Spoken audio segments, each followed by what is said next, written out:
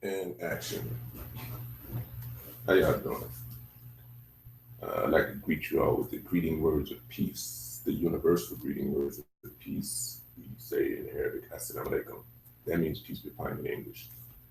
Don't get me wrong, I'm black, Muslim, Muslim as black, born in America. Um, but at the same time, I'm into comparative religion. So it's to me, I like to start this conversation off like this. If I'm Muslim and if I'm wrong, then that's between me and the Creator. So you shouldn't be mad at me. And vice versa. If you're a Christian or Jew or atheist or whatever, and if you're wrong, then that's between you and the Creator. And I'm not mad at you. I shouldn't be. So the main thing I want to get that off my chest first because we have to do this, what I'm about to present to you, for our babies, for our children. Um, but it seemed like we still don't get it. You know, we talk about these two words, systematic oppression, and people have different opinions of what it entails to them. But to me, systematic oppression entails a lot of things. Um, First and foremost, to me, what it is, some people think that's a theory. With me, it doesn't matter if it's a theory or not. Um, it's working. It worked. This website right here, the foundation, uh, I tried to prepare one, that's in place. So it's been laid, you know, systematic oppression, not just Willie Lynch. To me, Willie Lynch, all it entails, uh, poor health, poor education, low job wage, everything that when you look at it, you look at the condition of our people, of black people. We okay, these next days right that we're in right now, these days that we're in is the holy month of Ramadan. It started about 4 days ago. This is the fourth day, and it's to last for 29, 30 days. And I wanted to do little short videos every day before Sahur, which is the start of the fast, where you eat something before the fast begins, drink something. I wanted to do it for 30 days, but I've been trying to get this video up and running, perfected, and at the same time, it took a few days to really figure things out, but as you can see, everything's working right now. Back into talking about systematic oppression. Whenever I put a video on it, that's what I'm going to talk about. Um, that's probably every time you hear me, see me, I'm going to be speaking about systematic oppression until we get it. Because that's our problem. Alongside of that, I'm also going to be talking about this program, this foundation called B.E.E.P. It's an acronym that stands for Black Economic Empowerment Plan. And I'm talking about that just as much, if not more so, than systematic oppression, because that's our answer. I'm trying to, every day I'm out grinding. I'm trying to promote and push this. You can see all of it, banner behind me, about Black Economic Empowerment Plan and how our answer to all these problems, all these years, well, I'm not going to say all these years, these few, I guess I would say 50 years, um, it's been right in our face. And we can't see it because we can't get past our egos, and it's complicated. But the answer is right in front of us. I put together a video presentation that's right below this video, and it's in detail Not to the best of my ability, not yet. I probably redo it and continue to redo it until I get it just right, where we could see how we can defeat systematic oppression. Our problem with each other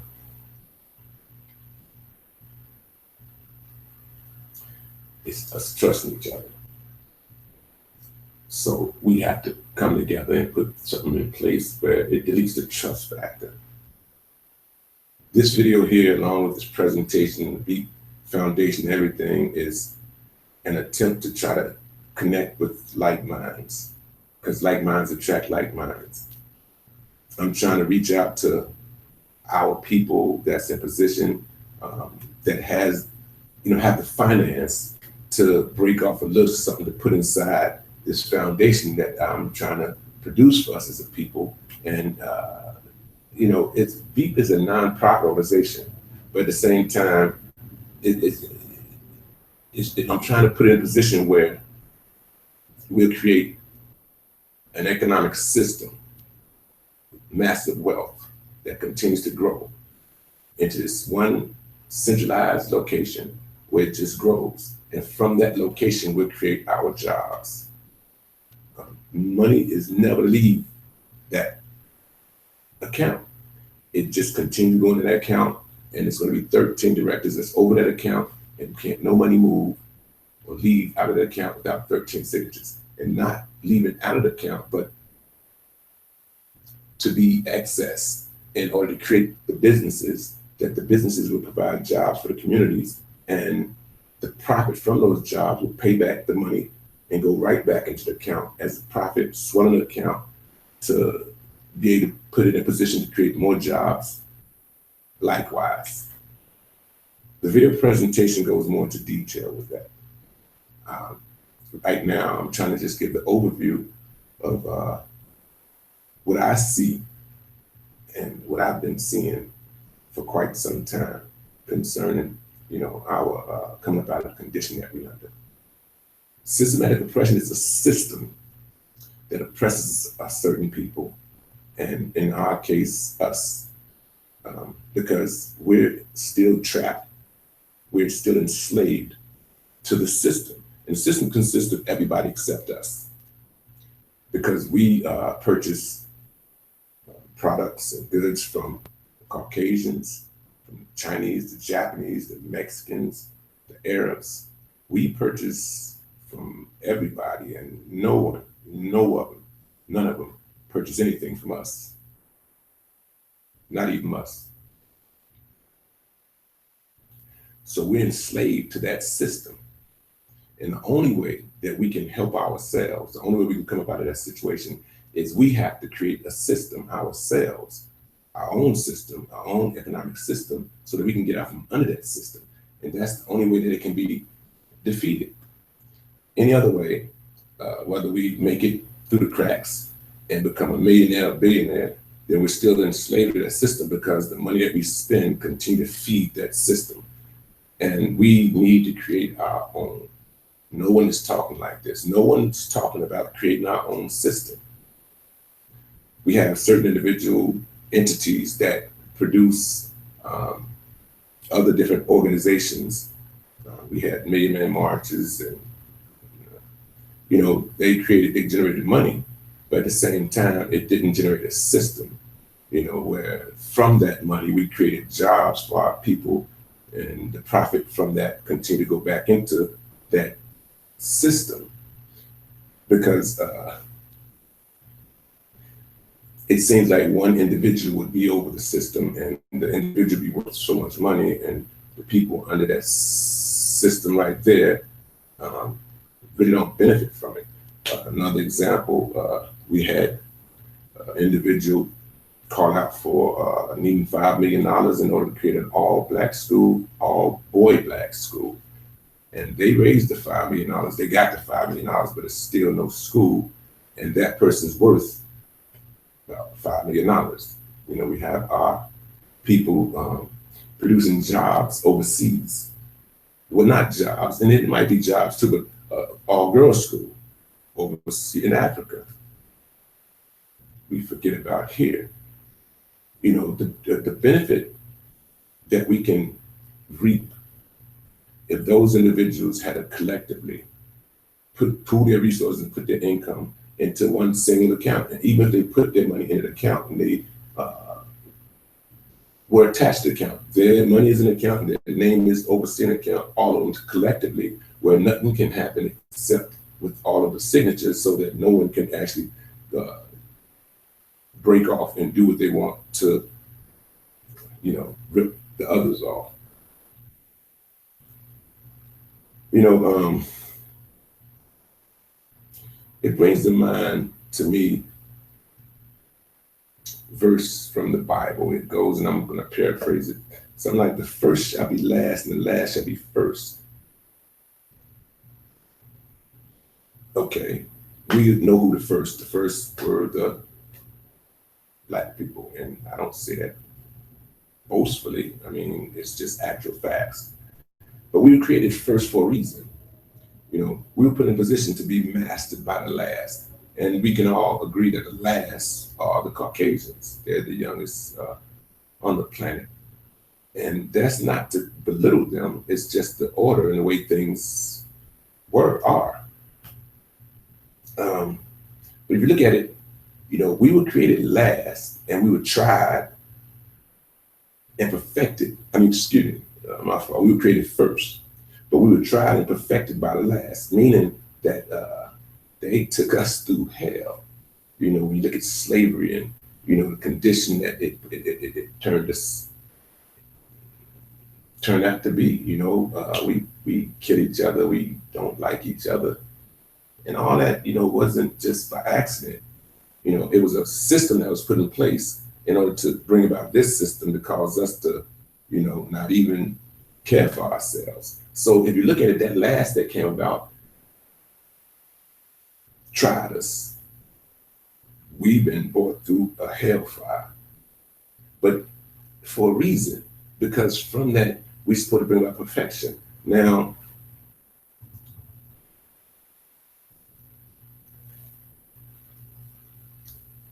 all throughout the scripture, if you study, and a lot of people not really familiar with it because they hadn't studied and brought out an understanding from the scriptures concerning, you know, the last shall rise to the top. The poor in heart, they shall see God. The poor in spirit, especially, you know, et cetera, et cetera, et cetera. A lot of teachings that Prophet Jesus, alayhi salam, peace be upon him, that he bought. So I want to read you all a poem. It's called Poetic Moods of Black. And for those that study the scriptures, and I'm talking about the Bible, the biblical scriptures, should be familiar with some of these verses. It goes like this: discerning poetry of emotions in all of the original, the bottom rail, the very last of the merciful, the poor in spirit, they that mourn, the meek, the pure in heart, and the peacemakers who seem weak, they who hunger and thirst for righteousness, and are persecuted and reviled from east to west. For they shall see God, be filled, obtain mercy, inherit the earth with a kingdom that's heavenly. They who were killed for the color of their skin, rejoicing and being exceedingly glad for this wind. Four winds breath upon dry bones in a valley. Hope in the mystery Babylon. Yes, her prophecy. A system being thus far the greatest of all has reached its term and is as of now to fall. The reign that was superior and never to end is crumbling in God's hand for all of her sins. Now the cornerstone that the builders rejected has become the head of the corner undetected. The very essence of our being, our one-way track, our true revelation to these poetic moods of black. Now that's all I can give you really right now, because we don't have time to have Bible study. You know, if some of you have studied, then that should connect some kind of way, I hope.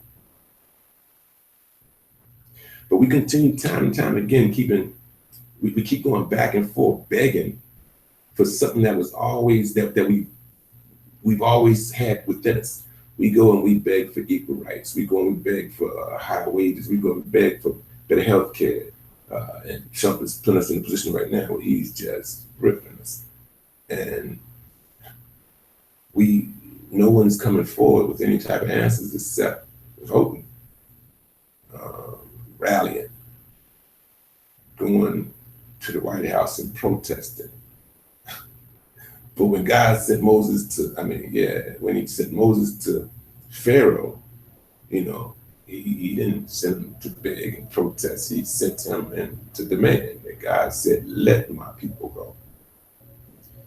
And whether we realize it or not, we're in a parallel to that. He revealed things to us oft repeatedly. And if we study his word, in his word is the answers. We have the ability to take back our own nobility, our own empowerment. So much of our soul is in an economic system. As far as our athletes, inventors, our inventors created so many different inventions that, they're now giving them credit for. But at the same time, back then when we invented the inventions, they took them from us. They stole them. We said some protested, they kill us. They took the credit for it. They put it out there. They got enriched for it.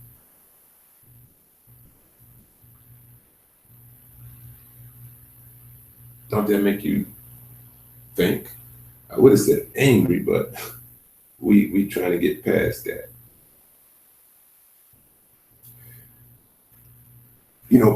We made America so rich.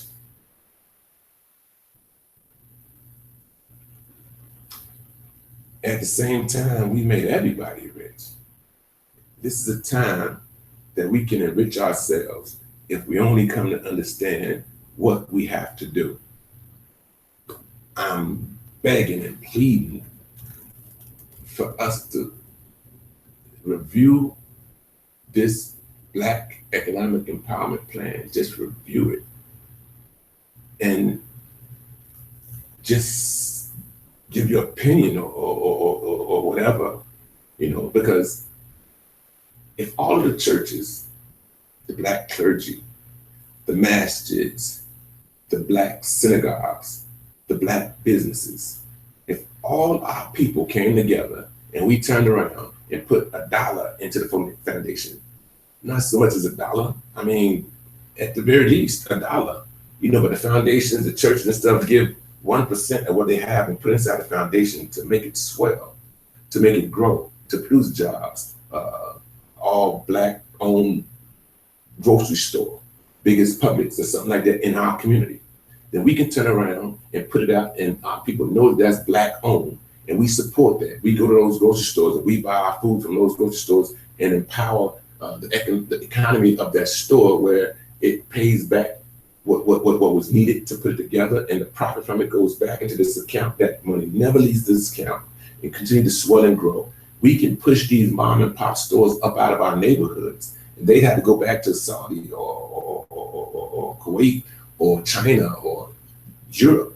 They'd have to leave our community because they wouldn't be making any money. We'd have our own grocery stores there. We can get rid of these Caucasian-owned grocery stores that's there now that's bleeding us, with foods that's higher than they are in their neighborhoods, or if they're not higher, then the product is diminished. It's ridiculous.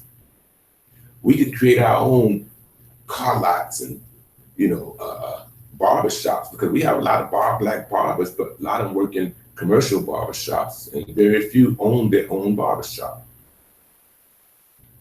We can create our own laundromats in our neighborhoods. We can produce everything that we utilize every day in our own neighborhoods, creating a profit that continues to go back in that account and continues to swell that account, which I mentioned earlier. No money is never, ever to leave this account. If money is needed to create another business from this account, we get a loan against the money from that account. We create the business, and then the profit from that business pays back the loan, produce jobs, and also go back into the account to continue to swell it, to produce more jobs. So we have a solid true economic system that will own ourselves, will control ourselves. If you can't see that, then something's wrong. With that that system comes core values. You know what I'm saying? I have it up here. It's part of the plan. It's called complete business transparency. And that complete business transparency, the document is down below in this PowerPoint video presentation that I put together to try to break down and explain exactly how the B.E.E.P Foundation is supposed to work.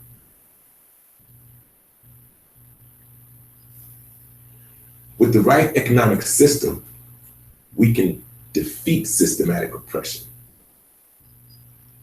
You know, B.E.E.P is a foundation that's established by Payne Joy Payne Incorporated, a nonprofit organization. And who am I? I'm not your college grad. I'm not master plumber or anybody from your system. I'm a barber, master barber. But right now, my passion is B.E.E.P. It's my passion. You know, I'm an author. I wrote the book, Oh Say Can You See Secrets? Matter of fact, this is the book right here. And this book goes hand in hand with the whole concept of what's trying to be put together here. You know, I can go into detail about what the book is about, you know, but for the most part, it's about systematic oppression. You know, the name of the book is, quote, Oh Say Can You See? Exclamation point, question mark, end quote. In parentheses, subtitle, Secrets. And the cover is selling the book. Because a lot of people want to know what's going on. What happened? You know, how can we get out of the situation and how can we find out how to solve something if we don't know what happened or what's happening? And we just continue going daily, every day, you know, continuously. Going to work, come home. Some of us don't even watch the news to find out what's going on, to see how close this thing is getting to us, to really not contain us, because they've been containing us for so many years, but to crush us. And we are just continually existing without even trying to acknowledge any of it. That really makes it sad. Anyway, read y'all another poem. And just, I'd like to give you one quote from the Quran.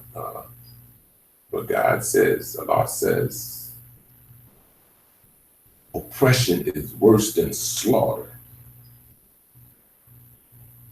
Let me repeat that. He says, oppression is worse than slaughter. Wow, that's deep. That's deep. Anyway, this poem here is called America's Pride. And by the way, these couple of poems that's from the book that I wrote. It has over 100 poems that I wrote personally, getting rave reviews, and that's helping in this book sales. Anyway, this poem is called America's Pride. And it goes, tunnel visions kill. The black lives, they don't matter. In the back, head, heart, reload a bomb and slaughter. My hands up. Don't shoot. Pow, pow, pow. Anyway, America's doom will be racism, injustice, and inequality. Willie Lynch got a gun and some house niggas too. KKK and black skin who sold out their own race. Blood on their hands, making sure a tight noose. Prime example, Ben Carson, the Trump spade of ace. The biggest lie of all was the one born before me, after they killed all the Indians, except maybe 3. Put drugs in the neighborhoods to start their demonic plan. set things up completely against the unarmed black man. Black Wall Street, Rosewood, examples of hate. Emmett Till, Trayvon Martin, Walter Scott. Hold up, wait. 16th Street Baptist Church, Charleston Church Massacre. Babylon's mystery shows all of us the pride of America. Her biggest honor are the ones behind the badge. But when the tides turn, it's like extra catastrophic, much more than those who continue to be lynched. Yet it's different compared to her motto. How ironic. But an ex-slave got the answer and know that they looked. What's crazy is that he turned around in his book. If they could, they'd hide it and or sell it with a hook. This is what they do. They are the taker, the damn crook. It don't even matter. See, it's me against the world. I don't fear none but God. My message for boys and girls. You read this, bear witness, and still don't support it. Only in these United Snakes are black people divided. The rest of the world is mad, a product of her fruit. But here, Abraham's seed still don't have a damn clue. They're killing each other. It's all part of a plan. Guns, diseases, ignorance, black man versus black man. Wickedly wise, sardonic, skillfully to divide and conquer. What's worse, it's gang banging, stupid mother. Hidden colors, 1, 2, and 3, violence trending worldwide. They can't even tell that they are also America's pride. And I did all of this and forgot, just remembered, I don't have my microphone on. I'm hoping that you all got all of this. But anyway, let me shut down and check all of this out. And God willing, you'll hear from me much, much sooner.